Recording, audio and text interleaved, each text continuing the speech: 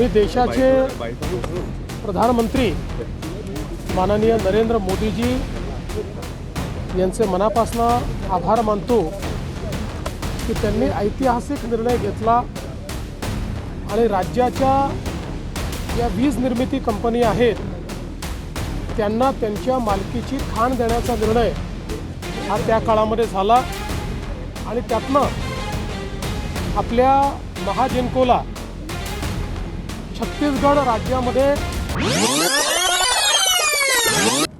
गरेपालमा ही खाण त्या ठिकाणी प्राप्त झाली। आपण त्याचा MDO केला आणि सगळे अडथळे पार करून एन्व्हायरमेंटल क्लिअरन्स, जनसुनावणी, वेगवेगळ्या प्रकारचे सगळे जे काही त्याला क्लिअरन्सेस लागतात हे सगळे करून त्याचं बॉक्स कटिंग झालं आणि आज पहिला रेक हा या ठिकाणी आलेला आहे। यात सगळ्यात महत्त्वाचं असं आहे की आता आपलं कोळशाकरताचं अवलंबित्व हे कमी होणार आहे। दुसरं, या कोळशाचा ग्रेड अतिशय चांगला आहे। जवळपास 4300 GCVचा हा कोळसा असल्यामुळे आपल्या वीज निर्मिती कंपनीला क्वालिटी कोल मिळतो आहे।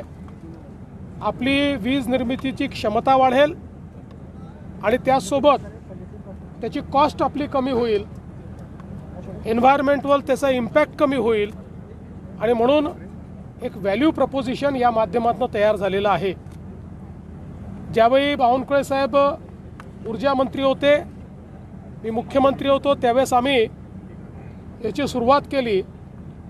जवळपास या सगळ्या याला 6-7 वर्ष लागले, 8 वर्ष लागले, पण आज आता हा कोळसा मिळाल्यानंतर या खाणीचं आयुष्य पुढचे 77 वर्ष आहे।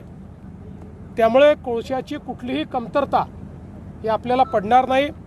चांगल्या क्वालिटीचा कोळसा आपल्या स्वतःच्या खाणीतनं आता आपल्या महाजेनकोला मिळणार आहे आणि म्हणून महाजेनकोचे MD राधाकृष्णन ज्यांनी स्वतः त्या ठिकाणी जाऊन हे सगळं जे लास्ट माईलचं काम आहे हे पूर्ण केलं, त्यांचं मी अभिनंदन करतो।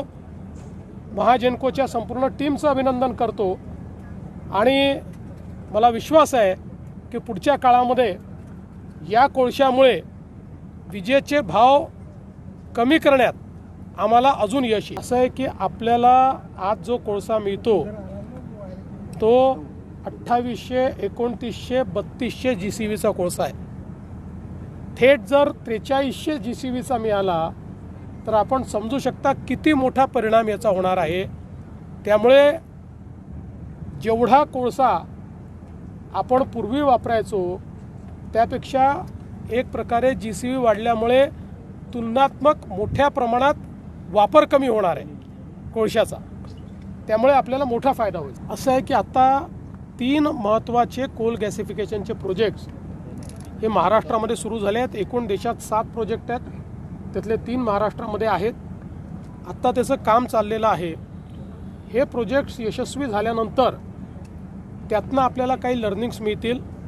त्या लर्निंग्सच्या आधारावर इतर ठिकाणी जिथे आपल्याला कोळशाचे साठे वापरता आलेले नाहीत त्या ठिकाणी आपल्याला याच पद्धतीनं करता येईल का याची माहिती आपल्याला मिळेल आणि मग त्याचा उपयोग करेल। लोड शेडिंग कुठेही नाही आहे, लोड शेडिंगला पूर्ण मुक्त केलेलं आहे आणि आता तर आपण 70% शेतकऱ्यांना दिवसा पॉवर देणं देखील सुरू केलं। कुठलीही बैठक झालेली नाही, कुठलाही गुन्हा परत घेण्याकरता कुठलाही नकार दिलेला नाही। पहिल्या दिवशीपासून स्पष्ट आहे, ज्यामध्ये शासकीय संपत्तीचा लॉस झालेला आहे ते गुन्हे परत घेता येत नाही, हे स्पष्टपणे सुप्रीम कोर्टाचे निर्देश आहेत। त्याच्या व्यतिरिक्तचे सगळे गुन्हे आम्ही परत घेतो। किंबहुना मी मागच्या काळात अधिवेशनामध्ये आकडेवारी दिली आहे की किती गुन्हे परत घेतलेले आहेत। नाशिकचा विषय मी कालच बोललेलो आहे, आम्ही त्याच्या खालपर्यंत चाललो आहे आणि त्यातनं आम्ही निश्चितपणे सगळं सत्य बाहेर काढून दोषींना कुठल्याही परिस्थितीत शासन होईल।